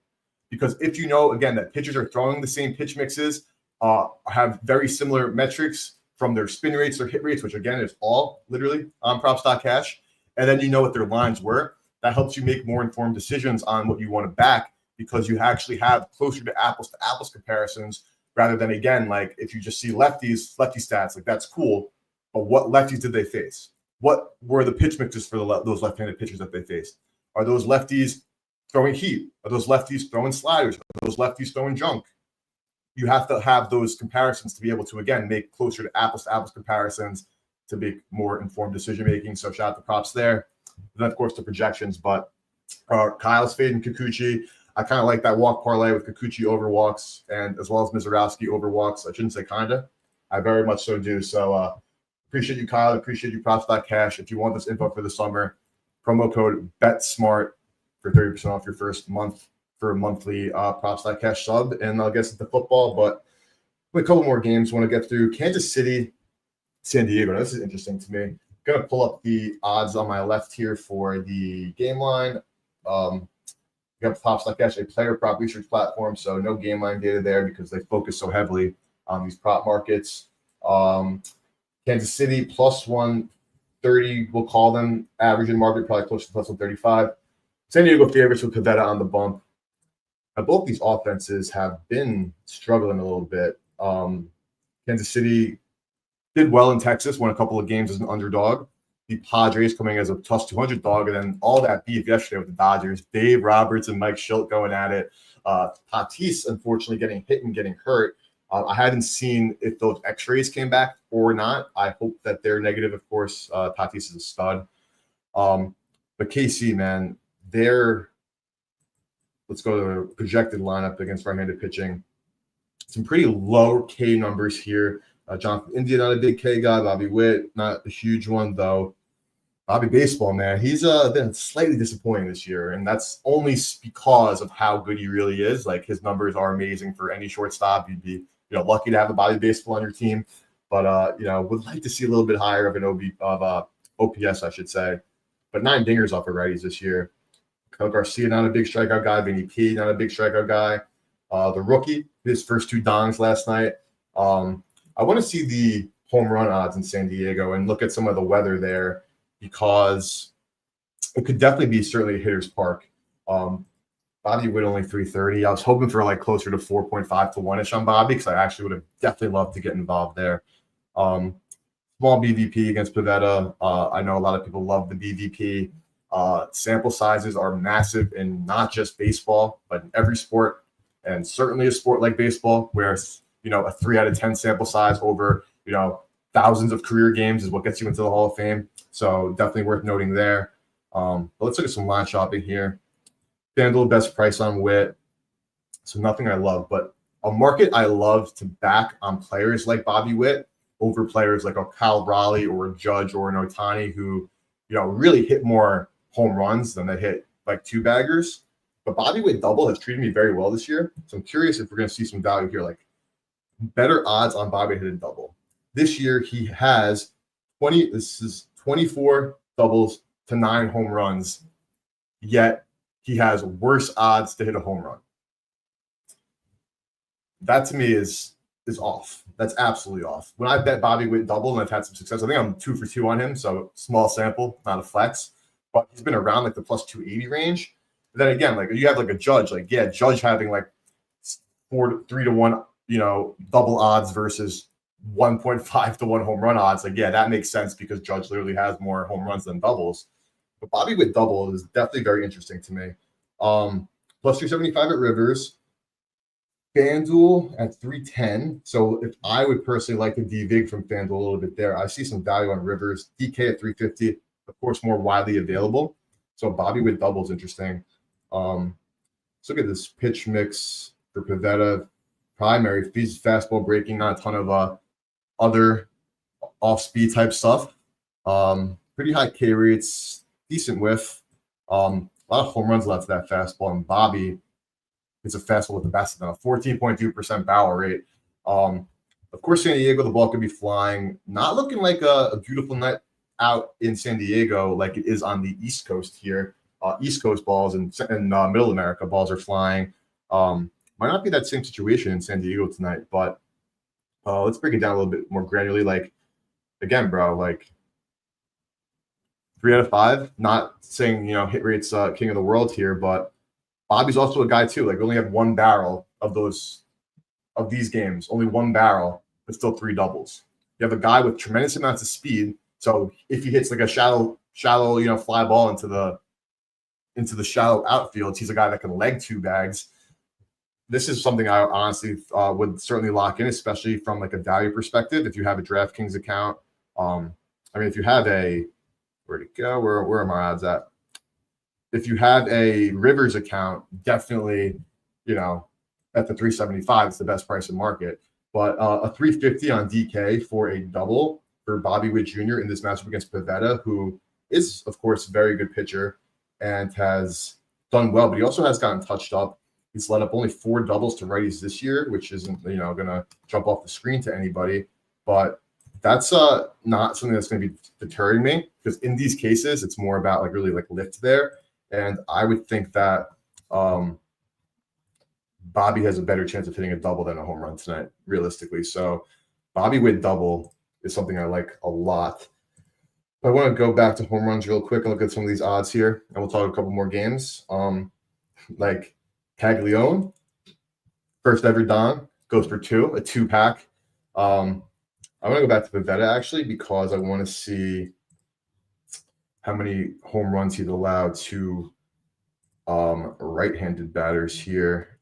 Pitch analysis, fastball 7 home runs, 2 home runs off the breaking pitch, only 9 home runs in these starts. So that's actually, doing a very good job of not allowing fly balls, which also brings me back to Bobby Witt double as somebody who doesn't need to hit one out of the park, can hit one to a gap down a line. Okay, I kind of like this. Look at his hits allowed. It's tough because like some of these, let me put it this way. There's a lot of times you can find correlation between what you're looking at from a game perspective and then take that to the prop market. For example, very layman's term example, game is a total of 11, which is obviously very high for Major League Baseball. Then yeah, you should probably look at some hitters, and there's a high likelihood of players hitting home runs, having more hits allowed for the pitcher, etc. But in a case like this, where you have a really struggling offense with Kansas City, that yes, are coming off a couple of big wins, but big wins as in, beating a team that's relatively similar to them in terms of, playoff hunt, structure, and also just like skill quality, because those lines were sitting, around plus 115, plus 120, not like they were getting like the plus 175, underdog treatment there. These also money lines moved a ton. I mean, if there's no Tatis in the lineup, that's massive, though, not a ton of players are really moving in money line odds like too much. But even though Tatis has had a little bit of a tough stretch, of course, we know Merrill's been hurt. I hope Tatis is healthy tonight. I haven't seen any reports. Right now, I'm not seeing him on the injury report, honestly, on ESPN. So that's a good thing, though they're only showing me like guys who are on the IL. So I wouldn't take that for gospel personally. This is also an Apple TV Plus game. That's interesting. What was I looking for specifically? I was looking for the score. Yeah, so back-to-back 6 spots to start that series, which again is good. A lot of times baseball, the most you're going to be seeing for a team total is 5.5, and that's juiced. Of course, that's out of like Coors Field or now the A's Park. Then a 4-1 win against the Rangers. So I wouldn't say that the Royals offense is in good form. Pavetta's hits allowed right now is sitting at just 4.5, juice to the over, so maybe a little bit of an indicator, but not expected to get like rocked. Earned runs at 2.5, but again, very much juice to the under, so not expecting him to allow 3+ runs. So this is a spot where, again, back to my original point, where even though it's looking like the books are saying that they don't expect Pivetta to get really hit around or hit too hard, 18.5 outs line, though juice to the under, still, at least saying that they're expecting a lot. And at the prop stock cash here, they're projecting only 2 earned runs. Outs are a little bit different, though. San Diego's pen, I think, got used pretty. They used a lot of arms in Los Angeles this weekend. But the point that I'm making, this is a long-winded kind of monologue, but it's all coming together now, is in these spots, because of all the factors that the pregame story that the betting market is telling you should not dissuade you from trying to find certain bets. But with that being said, if you're looking at a game with a low total, winds blowing in, you should be dissuaded from hitting a home run. But in a situation like this, where Bobby Witt Jr. literally has better odds to hit a double than a home run when he has more doubles on the season, despite the fact that Pivetta has allowed less doubles, that's just a spot where I'm absolutely looking to back. So food for thought again. I love that I'm able to, talk through just this game in particular, but also want to give you guys some real holistic approaches on gambling. And this is really a great starting point. So I'm betting this at the 370. I don't personally, Rivers has limited me because they're a bunch of soft ass people just playing. Not really, but I'll be taking that at DK.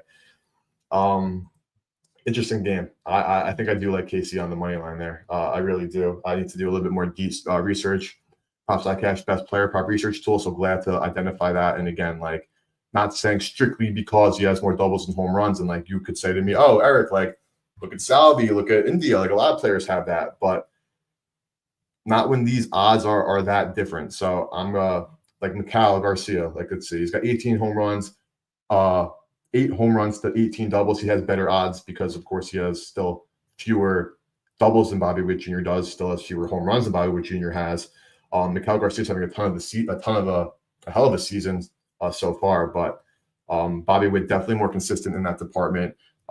Has more at bats, but still, that's a market I love to attack for specific players. And I'm going back to the Bobby Witt well tonight for 2 bags.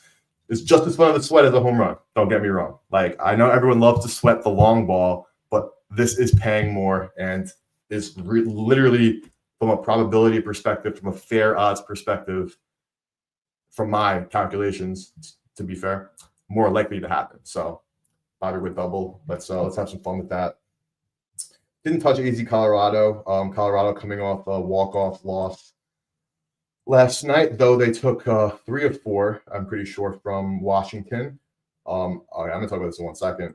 AZ Colorado, is curious who we have on the bumps here. Dallin Gomber. Listen, let's look at this. 12.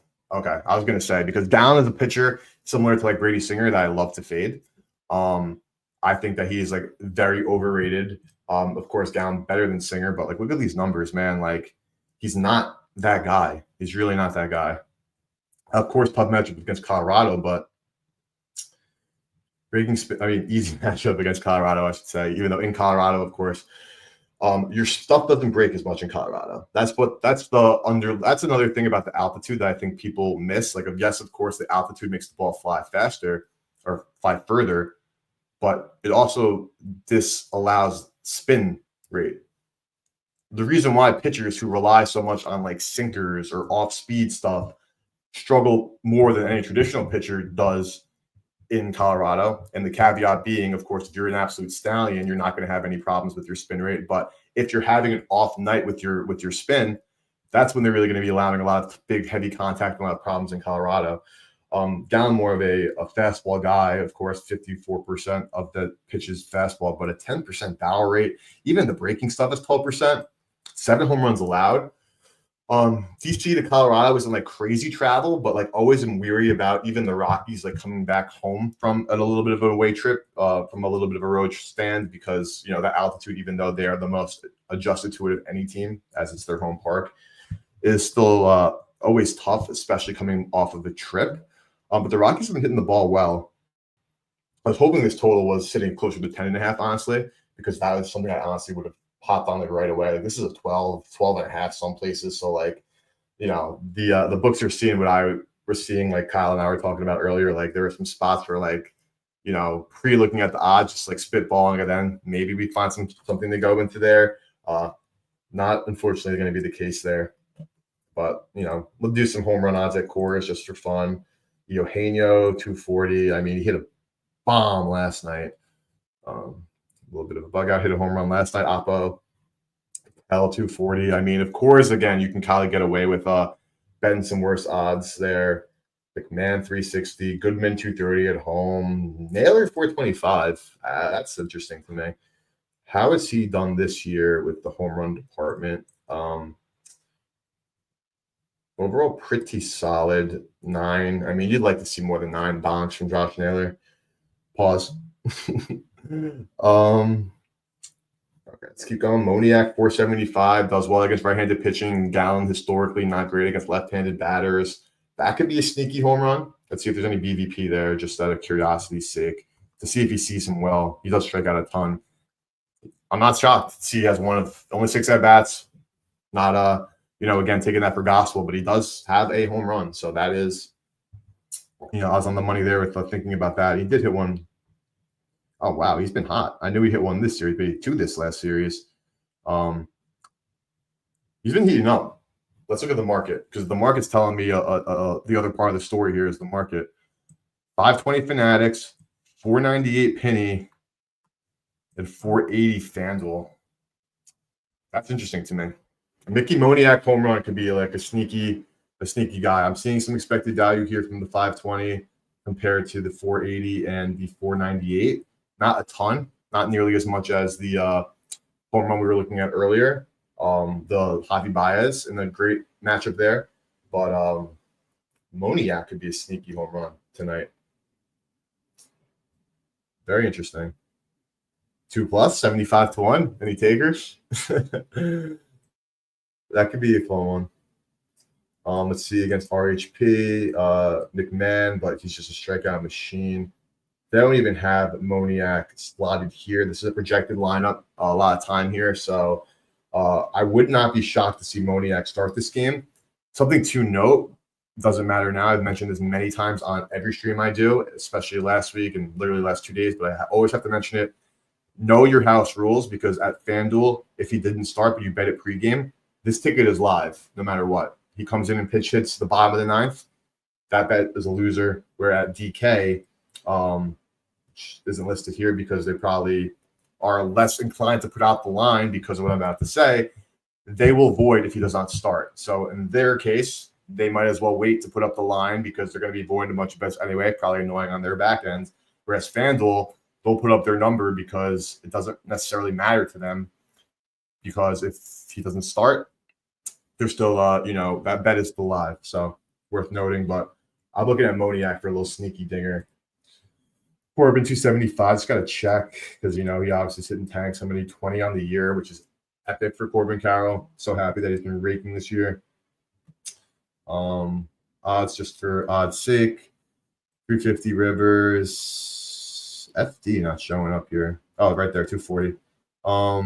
Which I see that's value right there. Like a 350 to a 240. Like, again, line shopping is the easiest way to get expected value. You win more when you win, and you lose less when you lose. And you're seeing this literally right here with Props.cash. At 350, I'm more inclined. At 240, or even if that was like market average without even thinking about expected value, I would be so much less inclined to bet that. But at Rivers at 350 to 3.5 to 1, that's absolutely something I'm interested in. Okay. For a total of 12 expecting runs, I think a sneaky home run again. Our good friend Mr. Moniak, if he plays, and then Corbin Carroll at those odds are definitely things I'm considering looking at. Let's keep going on the board. We check. 3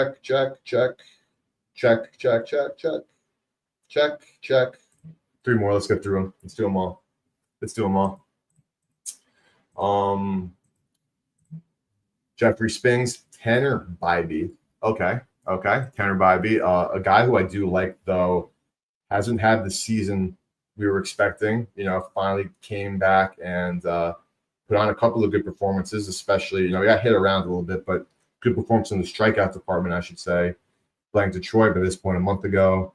hit hard by the Dodgers. Great start against the Yanks. Good start against Houston. And then a not terrible start, but not great start against Seattle. Only 2 hard hit balls, which is interesting. Not interesting, which is good to note. The A's coming off again a walk-off win. Where is he? See, this is something like I don't have Nick Kurtz listed here, which is fine because this is a projected lineup, so they're just doing their best in terms of projecting. This number 5.5. Now, this probably seems high considering like you want to go straight hit rate. Like you're only talking, you're talking a very low number for hit rate this year, only 29% on the season. But the A's, man, they're a team that really can strike out a lot. I mean, they on the last 30 games, fourth worst. This is telling you, not fourth best, fourth worst. Doing a little bit better so far over the course of the season, but against RHP, we have Lawrence Butler 25%. It's not great. 22.6 for Rooker is not great. I know they have this in red, aka saying it's not great. Like obviously, a 6.8% for Mr. Jacob Wilson is fantastic, but this is really not. It's below league average, which is why they have it listed like that. But still, like 21% of the time, it's not fantastic. Muncy, Butler, Urias is a pretty solid contact kind of guy. See if any BVP. Probably not a ton. Yep, not a ton at all.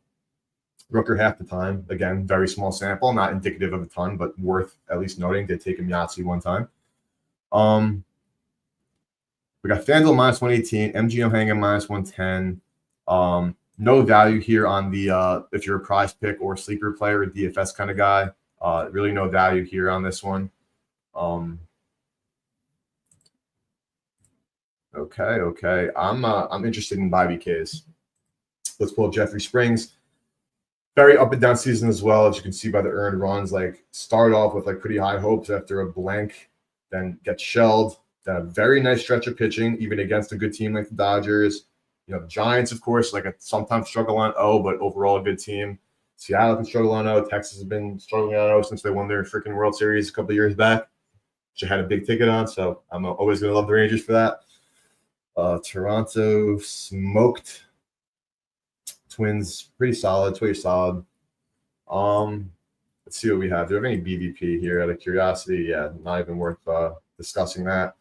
Against lefties this year, the Guardians the last couple of years were one of the like lowest strikeout teams in the MLB. They did a great job of limiting those, but this year has been the exact opposite. Like Guardians used to be a team where I would look at and literally be like, okay, like if there's even the slightest bit of like juice telling me to bet the other way on the under, I would definitely be on the under there. But in this instance of this year, it has not panned out that way. They've been striking out a ton, and like look at these numbers against LHP.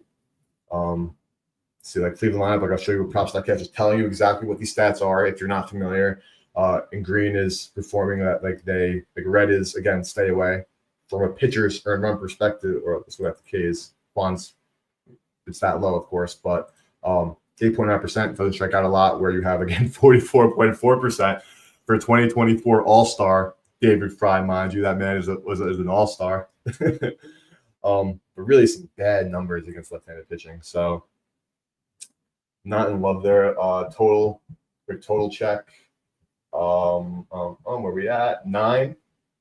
Just the over, some 9.5. So definitely expecting some offense, but in Oakland, of course, in Sacramento, of course, definitely more of a hitter's park. Let's go to some home runs, because you always got to take a look at home runs when there's, in my opinion, this again, Tampa Bay, and honestly still Coors this year as well, or every year. Like game one of the series, you're in like these hitters parks where you're going to probably find some value. 3-1 for Jose makes a ton of sense. 390 at FanDuel, which again is normally like a pretty good use. Like there's EV to Penny, which like makes sense, though. Like I would prefer if like MGM was 390 and Penny and FanDuel were switching lines there. I definitely would bet that, but the FD line is throwing me off just a little bit. And some food for thought. I know people love FanDuel because of their interface. Really easy book to use. They grade quickly. Their slips look clean. If you don't have multiple books, guys, you guys are sleeping. Like I hate to be the bearer of bad news. line shopping is the best way to win more and lose less. Literally, example sake, right here at FanDuel, you bet $1, you get back 3.9. If you only have MGM downloaded, you bet $1, you only get back 3. And what's the difference of time that it takes for the line shopping? If you have props.cash, 0 seconds. And if you don't have an account, it takes 5 minutes time for an account. So again, we'll mention that. And of course, we want to use props.cash, promo code BetSmart, 30% off your first month. But back to why I was looking at Javi Baez. I'm interested in Steven Kwan. I know he's not a home run hitter by any means. I want to see if he has one off a lefty this year. No, because he's a lefty as well. Never a power guy. That ISO is so damn low. ISO, by the way, is isolated power, so it shows how. Let's see if they have the full breakdown here. They're just telling you measures raw power, but that's a statistic like I mentioned, like props like that's telling you, shows you how like their propensity to hit the ball in gaps, hard, home runs, etc. Kwan's never been an ISO guy, so I'm not surprised to see it. Like I do think Kwan to hit a home run though is not so outlandish, especially at 9-1. But matchup wise, Springs, I don't know. But let's see some guys who are like contact hitters or just not like they're big home run guys, but do have like pretty high ISOs. Guardians offense is like anemic at times, as we know. So as you can see, literally here in props.cash's ISO, like first of all, barely any home runs against lefties. Second of all, very low isolated powers. So not like we're expecting to see like some progression in that instance.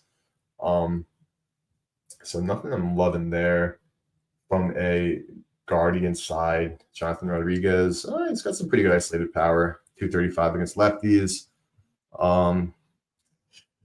Yeah, I think this is something that I kind of like the under at 9.5 if I can get closer to a -120 right now at most books, seeing the 9 being a key number for a total. Okay. It's gonna move on here. Okay, so Dodgers -205 is on the bump. Mac Gore Kershaw. Okay. Clayton Kershaw coming off finally a very good start. We're back to back, pretty good starts, we should say. They're very good. 7 innings, no earned. So he shoved against the Giants. Coming back was not easy for him. I faded him in, I think, all of these games, honestly. Not to pat myself on the back, but I was not surprised to see Kershaw in his, dawn of his career, twilight of his career, pitch poorly. But put in some good numbers. We know that the Dodgers, they did use a lot of arms this weekend.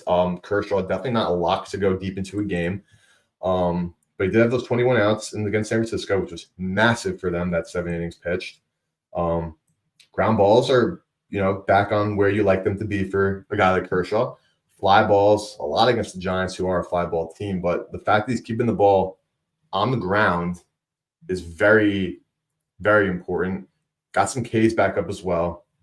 Nationals. So, they just lost 11 straight, then broke that streak with the James Wood home run. And the quality of comp that they were beating was just been not great.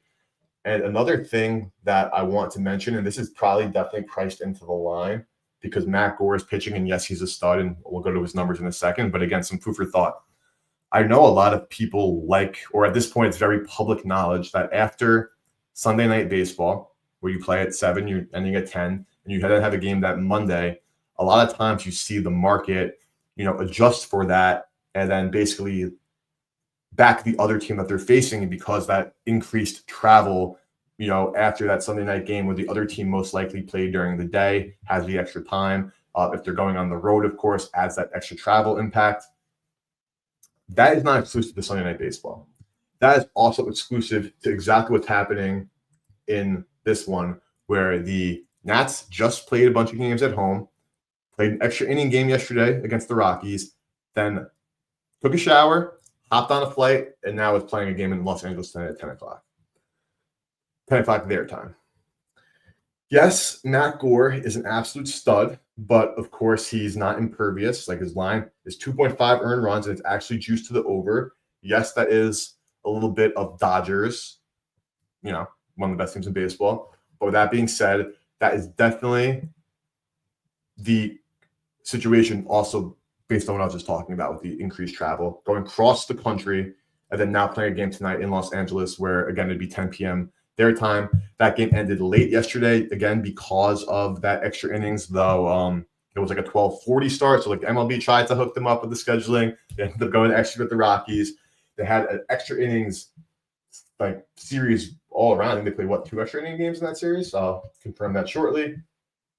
Just one, but they first it was a 4-game set, 6-4 game 1, 10-6 game 2. A lot of bullpen arms were used. They need a Mac Gore masterclass, which isn't, of course, out of the cards because Mac Gore is good, but against left-handed pitching, man, the Dodgers are just like, yeah, Tommy Evan, Kike at the bottom, Miguel Rojas. Maybe I don't think Kim would play today, but it's a projected lineup. They do well against left-handed pitching, and of course, they are the Los Angeles Dodgers. So even at 2-1 or minus 200 on the money line, I think the Dodgers are a great bet, and I think that the market is still giving them love because of the travel. Like this opened at minus 195 and it's sitting at minus 190, so maybe a little bit of love on the Nationals, but with so much time until game time, I know Kershaw is cooked. He's pitching against another lefty on lefty here with Matt Gore, who is pitched lights out all season long, K department, all departments. Dodgers at times can be frustrating, but overall, I think this is still just a tough matchup. The Dodgers are like a really tough overall. Like you play against Miami, pitch well, great. Against the Mets, pitch pretty well. I mean, the Mets are on a downswing here. Great matchup against the Cubs, which is always encouraging. Against Seattle, solid team. Giants, Orioles, St. Louis got hit pretty decently. 8 hard hit balls there. Even 10 against the O's, who've been smoking it. Again, some good starts there. Against the Reds, like apples to oranges comparisons, of course, overall, but I think this is a Dodgers spot all the way through and through. Total 8. I think that could be a byproduct of maybe the Nats not scoring a lot. So I'm very intrigued by the Dodgers today. We'll check some home run props, though. It's not like the market I'm going to be like loving to die on. Let's see if like here the home run 1-1. So he's not allowing a ton of home runs. But still, I don't know who's going to do it.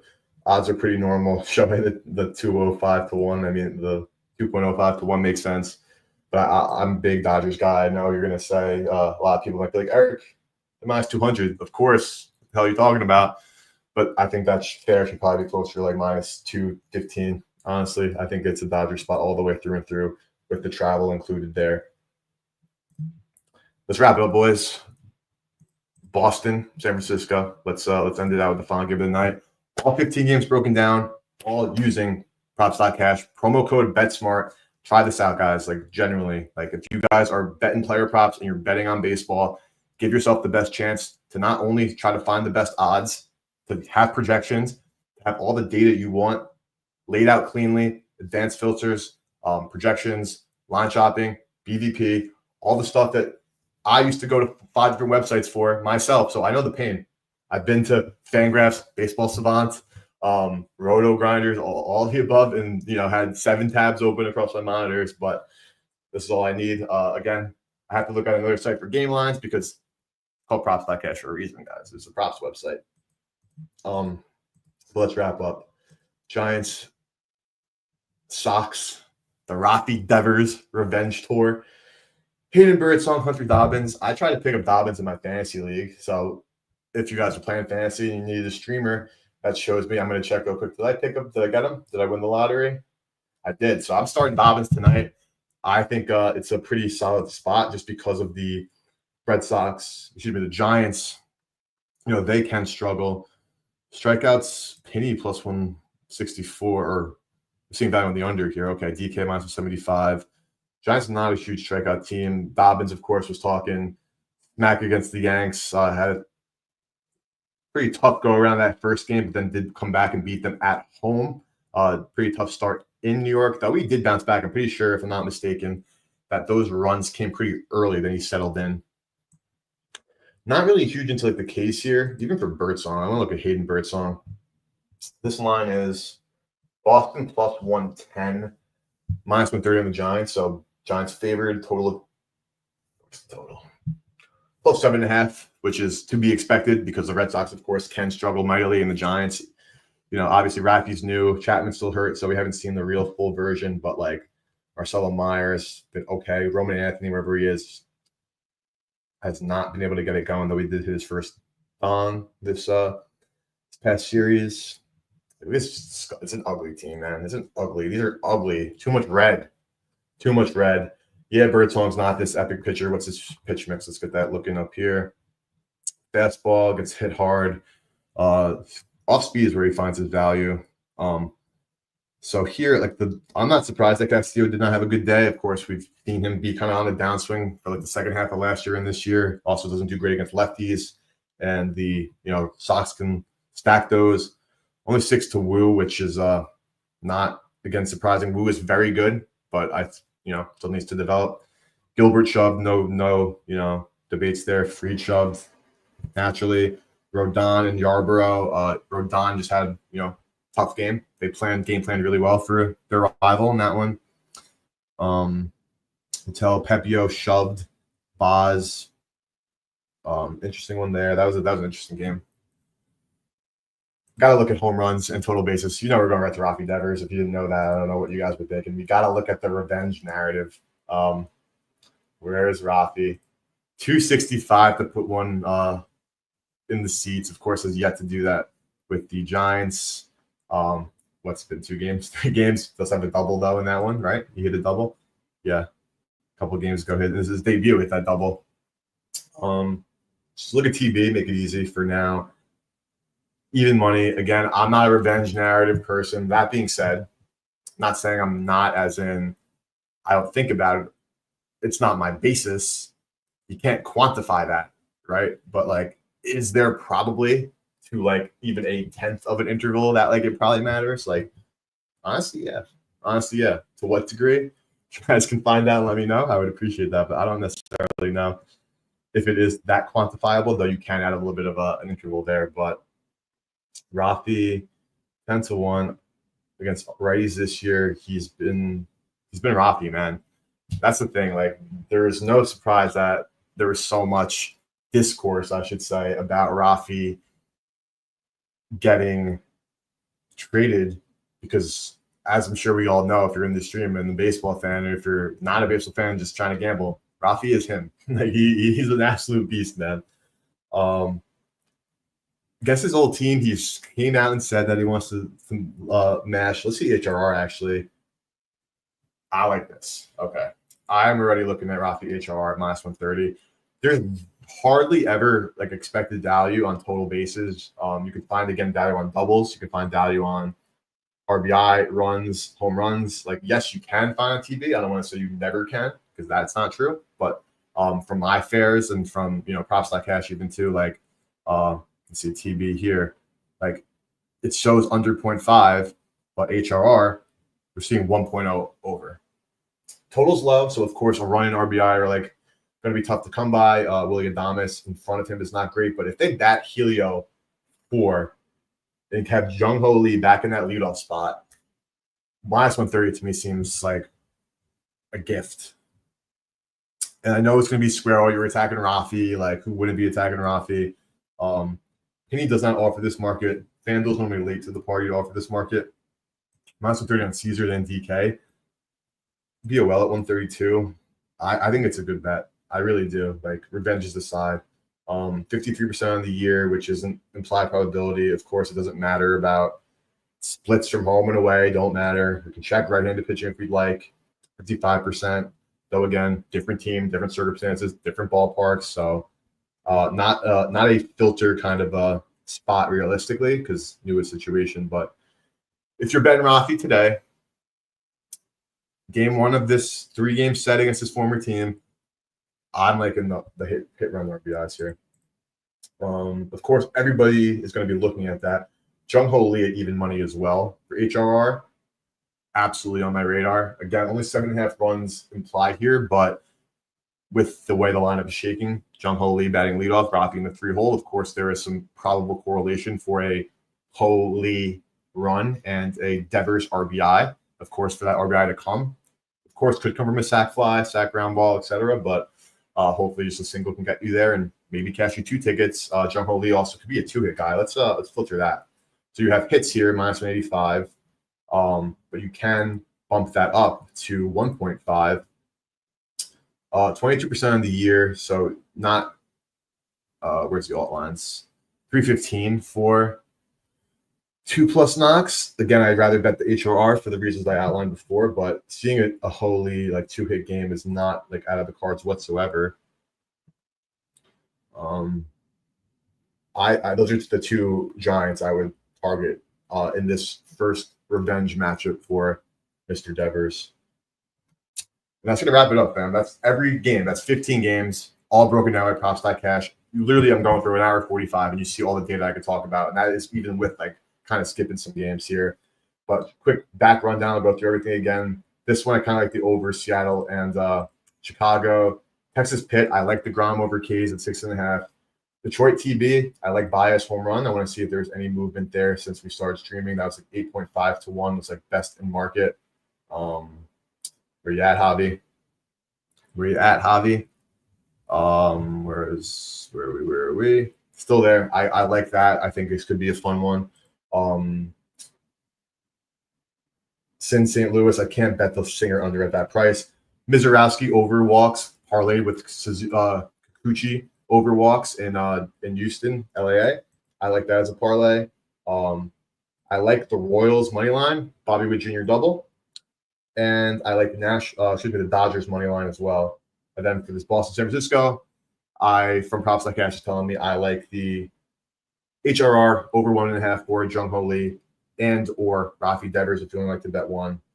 That's where my head is at. In Arizona, Colorado, home runs. Moniak could be starting, and Corbin Carroll if you're getting above 3.4 or 3.4 to 1 or better. That's going to wrap it up, fam. All 1,189 of you guys. I appreciate the hell out of you. Shout out to Props.cash, the best player prop research tool. You can do all this yourself. Promo code BetSmart. Of course, you have your guys you follow on Twitter who give out data from props, and I'm sure the handicappers that you follow that have the data from props as well.